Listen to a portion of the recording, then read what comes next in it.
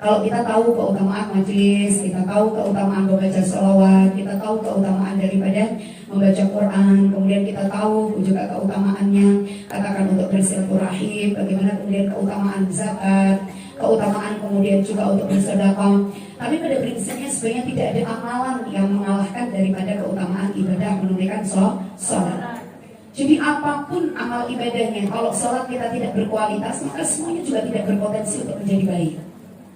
Jadi suatu contoh, kita ahli sedekah, tapi kemudian kita tidak memperhatikan sholat kita, maka nanti di akhirat sedekah itu akan menjadi percuma. Atau sebaliknya, kita ahli majelis gitu ya, setiap hari, mau pagi, mau siang, mau malam kita hadir ke majelis, tapi ternyata di dalam kualitas sholat kita itu juga kemudian tidak khusyuk, atau barangkali tidak bersungguh-sungguh atau dalam perhatiannya untuk menunaikan ibadah sholat, maka apapun yang kita lakukan itu akan menjadi sia-sia saja. Nah, oleh karena itu yang mesti kita prinsipkan di dalam diri, yang pertama untuk beramaliyah itu adalah kualitas sholat kita di hadapan Allah Subhanahu wa Ta'ala. Saya barangkali hanya mereview teman-temanku sekalian, kenapa sampai sebegitunya. Ini adalah menunjukkan bahwa sholat itu memang amalan yang paling pertama dan paling utama di hadapan Allah Subhanahu wa Ta'ala. Maka dikatakan as-sholatu imaduddin. Ya, sholat itu tiang daripada agama. Itu semuanya tergantung kepada sholat. Makanya kemudian Nabi mengatakan kalau sholat kita bagus, maka insya Allah amaliyah yang lain akan bagus. Tapi berbalik, kalau sholat kita tidak berkualitas, maka juga akan berpengaruh di dalam kehidupan kita, pasti tidak akan berkualitas. Nah ini, oleh karena itu ada bukti-bukti. Kenapa kok sholat nih yang harus betul-betul kita perhatikan? Sholat kenapa yang mesti harus kita utamakan? Karena sekali lagi bahwa sholat adalah amalan yang paling utama dan juga amalan yang paling pertama di hadapan Allah Subhanahu wa Ta'ala. Buktinya yang pertama, satu-satunya amalan, satu-satunya ibadah yang Allah kalau memerintahkan nggak melalui malaikat Jibril. Allah memerintahkannya langsung kepada Nabi. Itu adalah cuma ibadah sholat. Kalau ibadah yang lain, semuanya perintahnya itu lewat malaikat, lewat wahyunya Allah Subhanahu wa Ta'ala.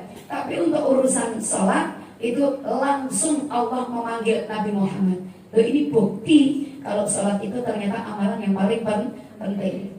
Nah, kebanyakan di antara kita ya karena seringnya sholat itu gak kelihatan orang, karena sholat itu identik kita ibadah kita sendirian dengan Allah, maka terkadang kita enteng, lebih cenderung keburuk, lebih cenderung tidak khusyuk. Sementara kalau kemudian kita hadir di majelis karena kelihatan orang, ini biasanya lebih khusyuk, lebih semangat, lebih sungguh-sungguh. Kenapa? Loh, itulah iman-iman model kita. Kalau sendirian kita tergoda, ya. Tapi ketika rame-rame, karena ada tendensi riak biar dilihat. Kemudian juga imannya masih tergantung dengan iman orang lain. Jadi kalau majelisnya ramai, semangat. Tapi kalau ramai majelisnya sedikit, loh, itu model kita. Kalau temannya kemudian gak sungguh-sungguh begitu, juga ikut-ikut. Sudahlah temannya kok pada loyo gitu ya, udahlah ikut-ikutan lah, males juga lah, gitu. Tapi kalau temannya sungguh-sungguh, ikut semangat. Itu model iman seperti kita.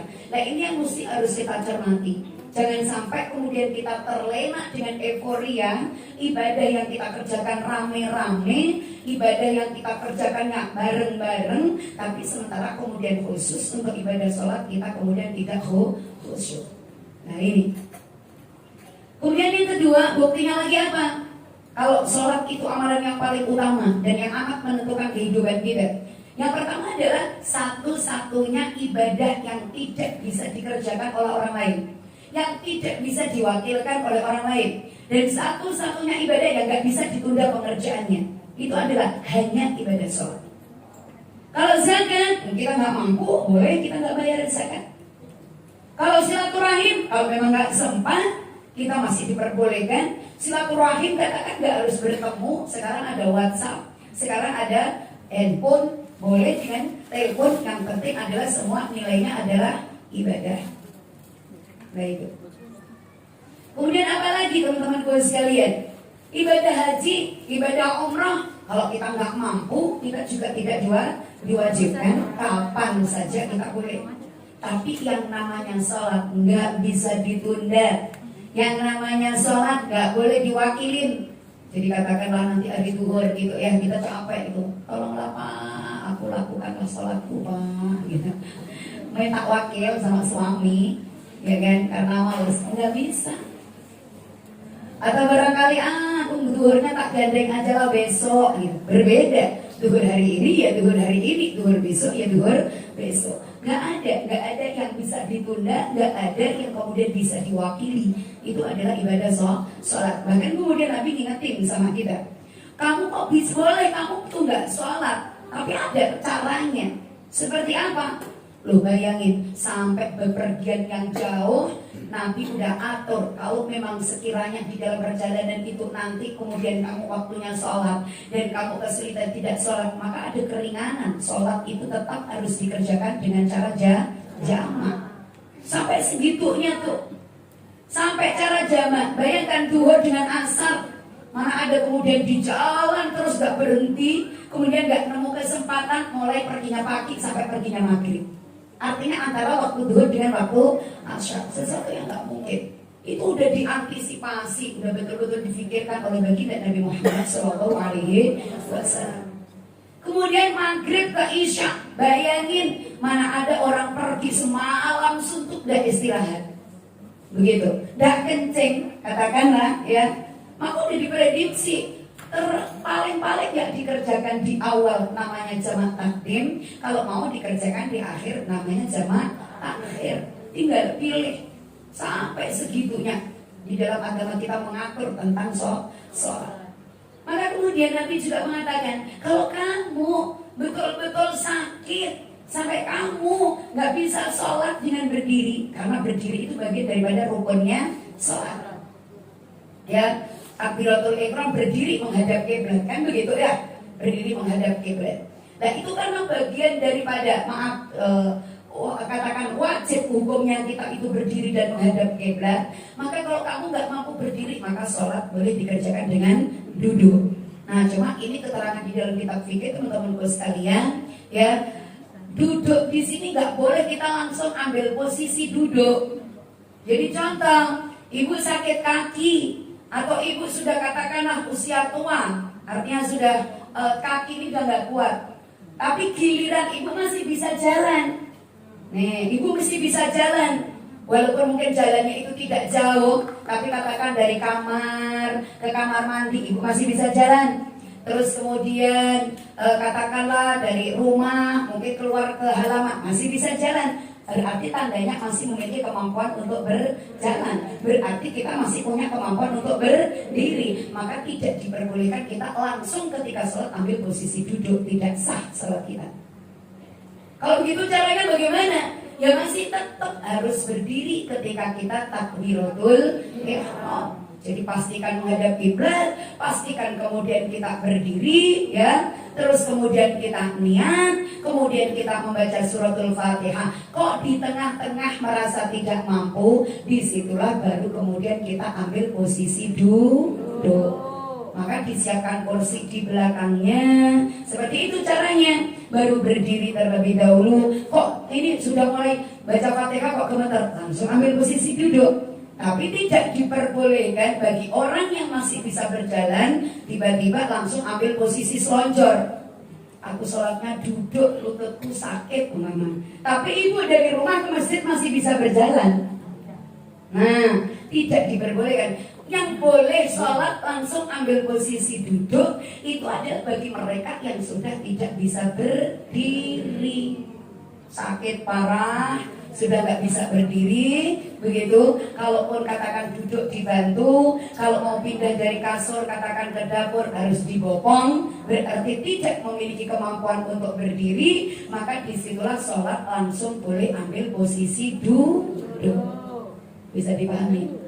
Nah ini kebanyakan di antara kita nampak orang sedang di masjid, dari rumah ke masjidnya berdiri, berjalan, tapi giliran kemudian sholat langsung ambil posisi selonjor atau langsung duduk di kursi. Tidak boleh, tidak sah salatnya. Sama aja kita bohong sama Allah. Untuk kita bercerita sholat fardu, ya, sholat fardu. Kalau sholat sunnah tidak apa-apa. Kita masih seger buger begini, katakanlah cuma capek kakinya, ibu rasanya loyo, kemudian daripada ninggalin tahajud, aku tahajudnya kali ini dengan duduk saja. Boleh untuk sholat sunnah. Tapi kalau untuk sholat fardu tidak diperbolehkan. Sudahlah sholat sunat, sudahlah duduk, pahalanya separuh. Ya, karena tidak berdiri. Orang yang sungguh-sungguh dengan orang yang malas itu ya tetap hasilnya berbeda. Jadi jangan kemudian sama kok, sama. Allah Maha tahu, siapa bilang Allah tidak tahu. Ya kan? Ini orang malas kadang ada aja alasannya. Aku pernah ngaji boleh kok, sama. Jelas berbeda. Ini ngikutin kaidah yang betul, bagian daripada syaratnya sholat berdiri dengan tegak menghadap kiblat, kemudian ibu langsung ambil posisi duduk. Kemudian kalau duduk itu kan rukuknya cuma begini, kemudian sujud saja, ya atau tidak? Nah kalau yang berdiri rukuknya benar-benar, nah artinya ada pergerakan. Makanya mohon maaf, ada makalah yang mengatakan Allah itu memberi upah sebagaimana hasil kerja. Ini kalau kerjanya malas-malas ya upahnya nggak mungkin banyak. Tapi kalau kerjanya sungguh-sungguh dalam hal ibadah sekalipun, maka insya Allah upahnya atau pahalanya pasti lebih besar. Nah, ini yang perlu teman-teman dan ibu-ibu perhatikan untuk masalah berdiri. Nah ini. Kemudian Nabi mengatakan, kalau kalian sudah nggak bisa duduk karena sakit, stroke, dan nggak bisa duduk, bisanya berbaring, tapi tangannya masih boleh gerak, maka kemudian sholat boleh dengan berbaring. Untuk membedakan gerakan sholat bagaimana? Ya gerakan tanganmu. Kalau tanganmu stroke, tangannya nggak mampu, maka caranya bagaimana? Ya dengan kedipan mata. Nah kalau sudah nggak bisa berkedip, di situ boleh Nabi mengatakan, kamu disitulah sudah gugur kewajibannya untuk sholat, tapi malaikat ganti di sholat. Baru nih boleh ninggalin sholat. Kalau sudah tidak bisa berkedip. Ini kan berarti tanda kalau sholat ternyata betul-betul amalan yang paling utama di hadapan Allah Subhanahu wa Ta'ala. Sampai segitunya nih diatur. Jadi nggak ada ceritanya sholatnya nanti, nggak ada ceritanya. Nah ini untuk menghajar diri saya sendiri biar tidak nyenteng-nyentengin sholat. Dan juga saya mengajak kepada kita semuanya. Khawatirnya apa? Kita udah capek setiap hari majelis taklim. Setiap hari kita hadir ke majelis zikir. Nggak taunya nanti catatan amal ibadah kita di akhirat zong. Kenapa? Sholatmu udah ecek semua. Nah akhirnya berpengaruh. Ini semua nggak ada artinya. Maka yang paling penting sebenarnya harus kita perhatikan adalah kualitas sholat. Yang ketiga, ibu-ibu yang dimuliakan oleh Allah Subhanahu wa Ta'ala, apa buktinya kalau sholat itu amalan yang paling utama? Mulai penciptaan Nabi Adam sampai kemudian Nabi Muhammad SAW, semua nabi dan para umatnya diwajibkan untuk sholat. Jadi jangan sampai kita merasa enggak enak jadi umat akhir zaman, jadi umatnya Nabi harus sholat. Untung Nabi dulu ketika Mi'raj kemudian minta diskon. Coba kalau 50 kali apa enggak, payah jadi umatnya Nabi. Makanya kita merasa begitu tuh. Enak ya dulu umatnya Nabi Adam gak sholat, umatnya Nabi Ibrahim gak sholat. Kata siapa? Itu berarti ibu baca Qurannya gak hatam, gak paham. Di Quran itu loh disebutkan umatnya Nabi Dawud alaihissalam mereka sholat. Bahkan ketika kemudian ya Nabi Isa juga sholat. Nabi Isa itu sholat. Wajah, coba buka kalau nggak percaya Quran di dalam surat Maryam ayat 30. Apa kata Nabi Isa? Waj'alani mubarakan aina kuntu. Aku tuh kata Nabi Isa di dalam Quran diabadikan oleh Allah Subhanahu wa Ta'ala, senantiasa diberkahi oleh Allah Subhanahu wa Ta'ala dimanapun aku berada. Waj'alani mubarakan aina kuntu. Dimanapun aku berada ini diberkahi oleh Allah Subhanahu wa Ta'ala. Wa awsani bisalati wa zakati ma dumtu hayya. Allah perintahkan kepadaku untuk sholat, untuk bayar zakat sepanjang hidupku. Bukti nih kalau Nabi Isa juga sholat. Nah, hanya saja nggak ada yang tahu tentang juknisnya sholat itu seperti apa, nggak ada yang tahu. Artinya umat terdahulu sholatnya apakah sama dengan sholat kita umatnya Nabi Muhammad? Wallahu a'lam bishawab. Gak ada yang menceritakan. Bagaimana sesungguhnya Nabi sholat aja kita nggak paham kok. Karena kita hidup bukan pada zaman kehidupannya Nabi Muhammad. Nabi cuma mengatakan begini, sholatlah kamu seperti aku sholat. Lah ini dari sahabat, dari masa tabi'in, kemudian masa salafus sholihin, terus kemudian ke guru-guru kita, ke kiai-kiai kita, baru kemudian diabadikan caranya sholat, rukunnya sholat, yang membatalkan sholat, syarat wajibnya sholat, syarat syahnya sholat. Lah itu semuanya ada di ilmu. Jadi tidak semuanya itu langsung melihat Nabi, bagaimana Nabi sholat, kecuali adalah para sahabat-sahabat Nabi. Jadi diabadikan, kita ngertinya juga dari guru-guru kita. Kita nggak tahu sendiri Nabi itu sholat seperti apa. Nah, oleh karena itu kita harus yakin, bahwa Allah ternyata kepada seluruh umat-umatnya Nabi itu semuanya mewajibkan untuk menunaikan ibadah sholat. Tentang sholatnya Nabi Isa yang ada di zaman sebelum Nabi Muhammad itu juga nggak ada yang tahu. Karena apa? Di Quran sekalipun nggak pernah dijelaskan, Bu, cara sholat itu seperti apa. Sholat itu sehari semalam itu loh berapa kali. Nggak ada Ibu baca Quran 30 juz. Yang ada cuma aqimus shalah wa atuz zakah, hanya dirikanlah sholat, perintah-perintah gitu tok. Tapi tentang juknisnya sholat itu nggak akan kita temukan di Al-Quran. Demikian halnya di kitab Injil, nggak dijelaskan. Nah kalau begitu seperti apa sholat? Ya kalau Nabi mengatakan sholatlah kamu seperti sholatku, itu adanya hadis Nabi Muhammad SAW. Terus kemudian tentang sholat itu ada duhur, asar, maghrib, isya. Di Quran juga gak ada. Ibu pernah gak khatamkan Quran 30 juz? Gak ada yang mengatakan sholat itu 5 waktu, duhur, asar, maghrib, isya, subuh. Gak ada, Bu, di Quran. Yang ada di dalam hadisnya Nabi Muhammad SAW. Nah ini jadi yang penting kita harus yakin. Dan tentang rukun sholat itu juga kemudian adanya di kitab Bisulam Safina, di Fathul Qorib, itu ada di kitab-kitab fikih. Nah, oleh karena itulah teman-temanku sekalian, jangan khawatir bahwa ternyata mulai dari penciptaan Nabi Adam sampai kita umatnya Nabi terakhir semuanya diwajibkan oleh Allah untuk menunaikan ibadah sholat. Ini tanda bukti kalau sholat adalah amalan yang paling utama di hadapan Allah Subhanahu wa Ta'ala. Yang keempat, apa sesungguhnya sholat kok menjadi amalan yang paling utama? Itu adalah mi'rajul mu'minin. Apa mi'rajul mu'minin? Mi'rajul mu'minin itu adalah hubungan kita dengan Allah. Mi'rajnya amal kita kepada Allah. Yang paling cepat datang kepada Allah untuk komunikasi dengan Allah itu di waktu sholat. Jadi sholat itu sebenarnya kalau kita paham artinya, Masya Allah, benar-benar komunikasi kita dengan Allah Subhanahu wa Ta'ala. Ketika kita baca Fatihah di dalam salat itu Allah selalu menjawab. Allah itu selalu menjawab. Kemudian seperti Subhana Rabbil Azim, bacaan-bacaan sunnah. Karena di dalam salat itu yang fardu atau yang rukun cuma 2 bacaan. Apa? Al-Fatihah dengan At-Tahiyat akhir dan juga sholawat. Nah itu.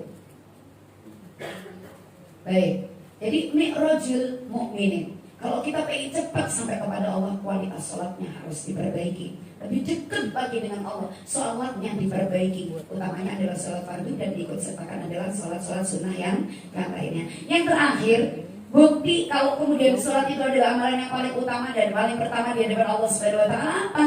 Yaitu sholat itu barometer kehidupan umat Islam.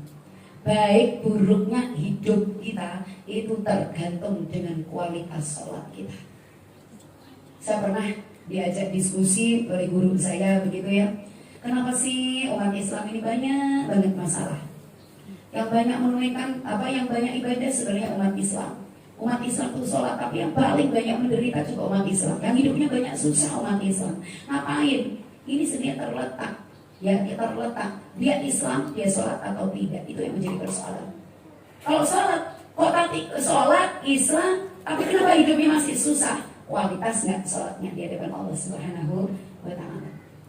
Maka kemudian guru saya, ketika kamu dilanda oleh masalah atau diberi ujian oleh Allah Subhanahu wa Ta'ala, yang mesti harus kamu introspeksi atau evaluasi diri terlebih dahulu, kualitas sholatmu. Karena sholat itu adalah barometer hidupmu di hadapan Allah Subhanahu wa Ta'ala. Nah, jadi ada apa nih, rezeki kok sempit, ada apa nih, kayaknya masalah kok bertubi-tubi, khususnya adalah urusan pribadi dan urusan keluarga, ya kan? Kemudian kenapa nih ujian gak selesai-selesai? Perbaiki kualitas sholat. Insya Allah kita segera keluar dari semua masalah yang kita hadapi. Sekali lagi, barometer kehidupan umat Islam tergantung pada sholat. Yang terakhir, sebagai pembeda antara orang Islam dengan orang yang bukan Islam, itu adalah sholat. Orang di luar Islam itu semuanya punya konsep kebaikan. Dia juga mengenal sedekah, dia mengenal pahala, dia mengenal surga. Mereka juga sibuk untuk berbuat baik. Ya atau tidak, teman-teman sekalian?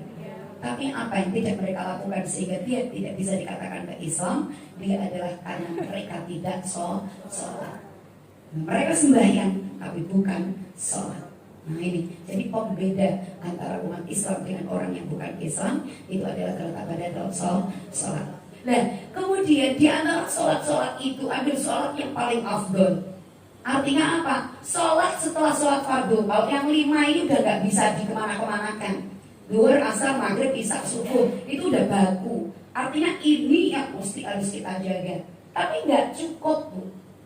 Artinya nggak cukup seperti apa? Nabi salah satu riwayat mengatakan, andai kata seluruh umat Islam itu menunaikan ibadah sholat, artinya sholat fardu yang 5. Andai kata semuanya mengerjakan ibadah pada bulan Ramadan, andai kata semuanya berzakat, andai kata semuanya umat Islam itu kemudian menunaikan ibadah haji dan umrah, maka sesungguhnya ibadahnya itu hanya impas saja dengan keburukan yang dia lakukan. Jadi sholat kita bagus, hajinya juga mungkin sering gitu ya. Kemudian zakatnya betul-betul istiqomah. Kemudian amalnya juga bagus. Kita diberikan kehidupan 60 tahun. Kemudian kita sudah sehati-hati mungkin untuk tidak melakukan kemaksiatan dan dosa. Itu saja belum tentu bisa mengantarkan kita untuk ke surganya Allah. Artinya hanya pas-pasan. Maka yang diwajibkan itu yang pas tok, Ibu. Jadi katakanlah kita udah hati-hati nih, Bu, sholatnya bagus, hajinya katakan ya juga mabrur, sedekahnya nggak ngalah-ngalahin, begitu, ya.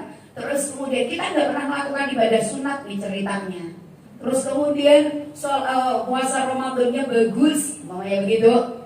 Tapi yang namanya manusia itu kan al-insanu makhluk khata' wan nisyan. Maka Nabi mengatakan itu hanya pas. Belum kalau kalian kemudian banyak maksiat, belum kalau kalian melakukan dosa, apalagi dosa besar, yang jelas kalian merugi.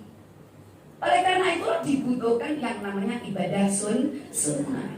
Maka setelah sholat fardu ada sholat yang lebih baik. Sholat apa? Yaitu sholatul lail, yaitu sholat tahajud.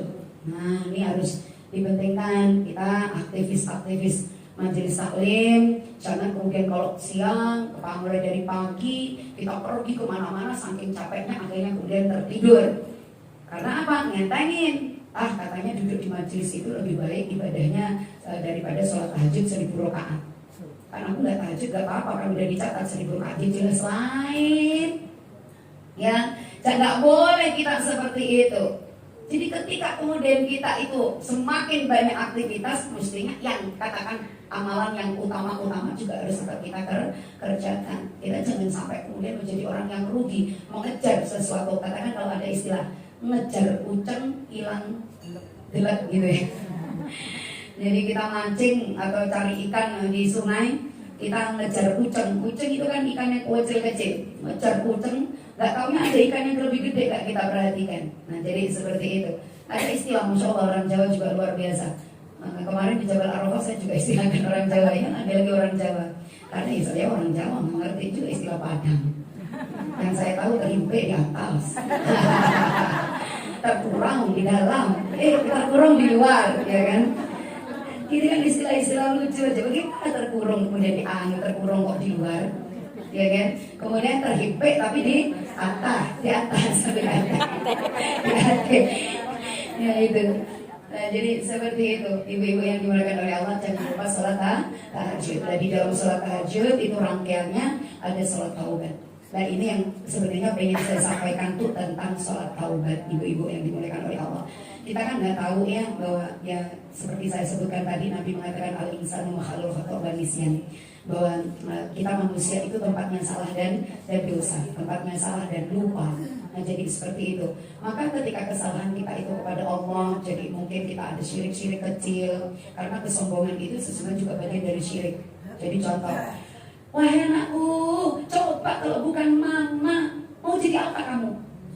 Emang mama hebatnya kayak apa sih? Ya kan? Mama kalau nggak ada kekuatan dari Allah, emang siapa kita? Dan itu sebenarnya kalau kita masuk ke dalam kancah katakan tasawuf, ini sudah syirik, kita udah musyrik, kita udah bahkan dikatakan keluar dari Islam.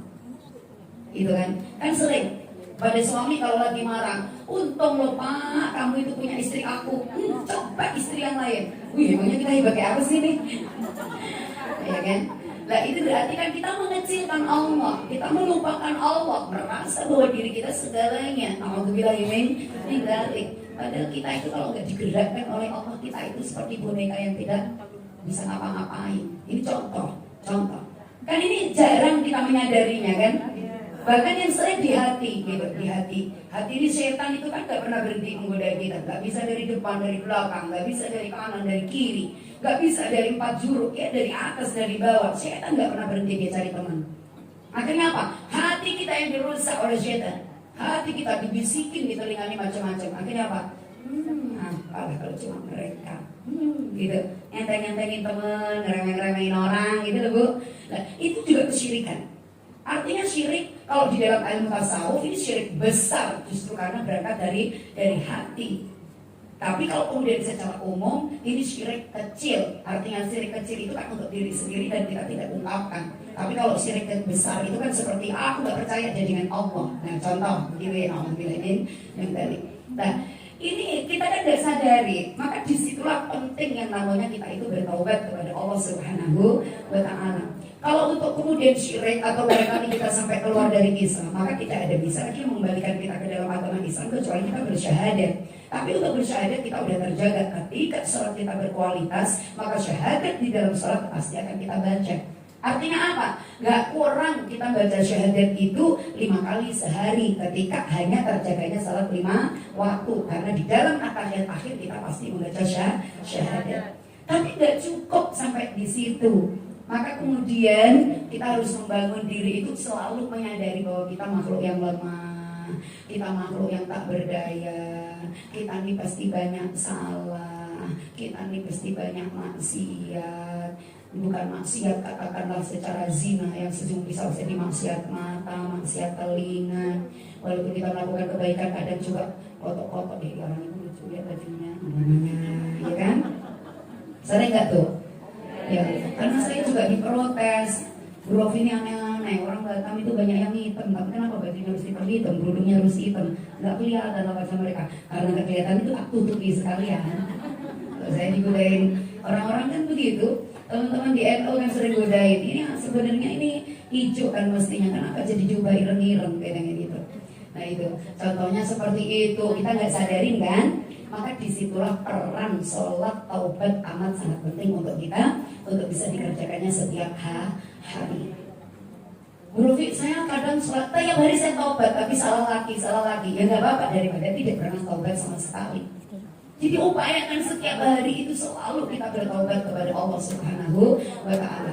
Mungkin lesan ini dengan beristighfar, tapi kemudian untuk yang namanya mi'rajul mukminin kita perlukan yang namanya sholat taubat. Nah itu gandeng di dalam rangkaian sholat tahajud, ikut sertakan yang namanya sholat taubat. Walaupun sebenarnya taubat itu tidak harus menunggu di keheningan malam. Artinya sholat taubat, ibu habis sholat zuhur, habis ba'diyah zuhur, ibu sholat hajar, ibu sholat taubat, ibu sholat istiqoroh, boleh. Hanya tidak menjadi namanya rangkaian tahajud. Karena yang namanya sholat tahajud adalah sholat yang dikerjakan di sepertiga malam. Hitungannya mulai 1:30 sampai sebelum terbit fajar. Nah, selama itu kan alangkah lebih baiknya, karena di situ adalah bagian daripada tahajud, dan tahajud itu adalah bagian amal yang amat sangat luar biasa. Bahkan kita ditawarin sama Allah di dalam surat Al-Isra. Apa kata Allah? Bismillahirrahmanirrahim.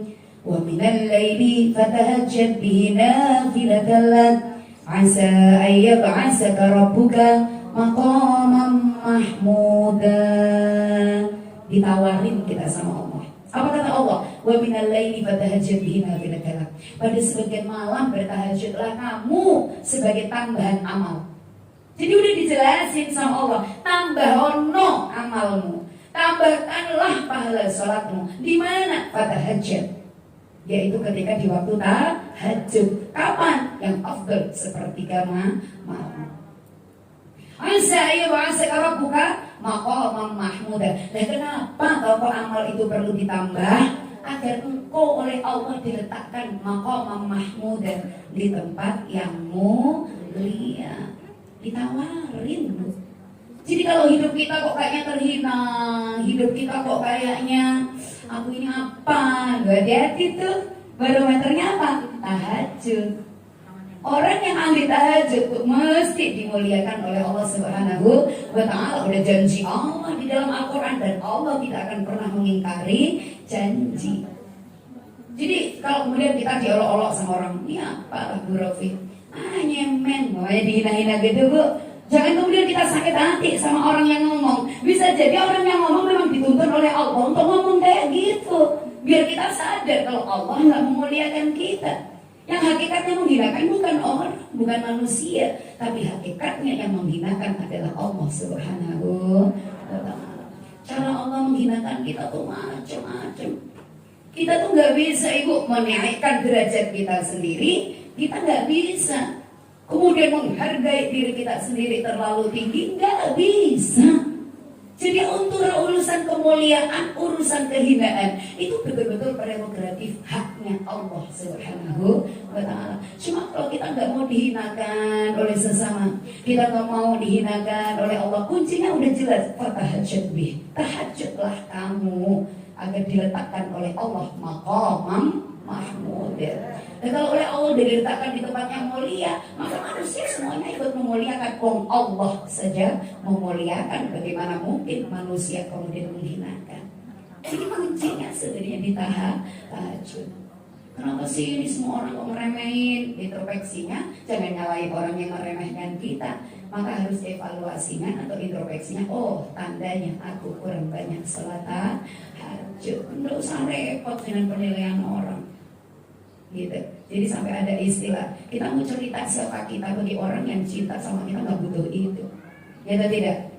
Tapi bagi orang yang benci, mau cerita kayak apa juga tetap benci, ya atau tidak? Terus nggak percaya, dikatakan kita omong kosong. Kalau begitu sebenarnya apa yang mesti harus kita lakukan? Pasrah nih sama Allah.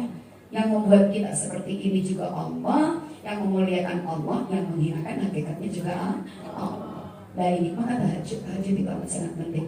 Maka rangkaian tahajud itu kalau Nabi mengamalkannya itu 11 rakaat dengan 3 witir, maka kemudian ada 8. 8 itu kalau ibu katakan usali sunatan tahajudi, usali sunatan tahajudi, usali sunatan tahajudi, usali sunatan tahajudi, boleh-boleh aja.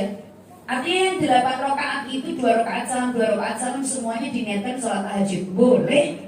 Tapi alangkah lebih afdalnya 2 rakaatnya liqadha'il hajat. Namanya begitu Bu. 2 rakaatnya lagi kemudian sholat taubat, 2 rakaatnya lagi katakanlah sholat tahajud, 2 rakaatnya lagi katakanlah istikharah, baru ditutup dengan yang namanya witir. Boleh. Tapi kok sudahlah, aku guruku dulu mengajarkan semuanya pokoknya mau apa aja dikerjakannya nanti tahajud. Katanya usuli sunatan tahajud di 8 rakaat semuanya tahajud. Boleh.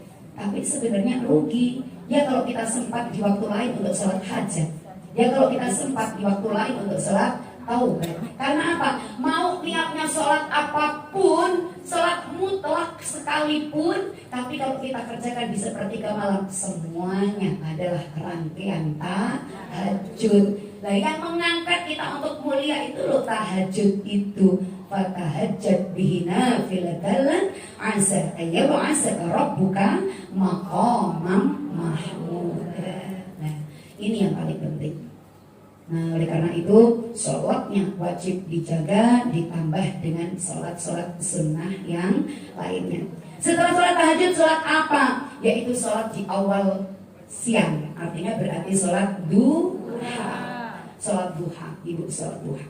Jadi sholat duha itu Masya Allah Jadi Nabi saja juga beliau menunaikan ibadah sholat duha. Jangan sampai tidak sholat duha, ya seburu-burunya 2 rakaat, syukur-syukur bisa 10 sampai 12 rakaat. Nah ini, jadi kata Nabi Muhammad, kalau kita itu banyak sholat duha lebih daripada 8 rakaat, seperti Allah membangunkan istana kita di tengah-tengah surga.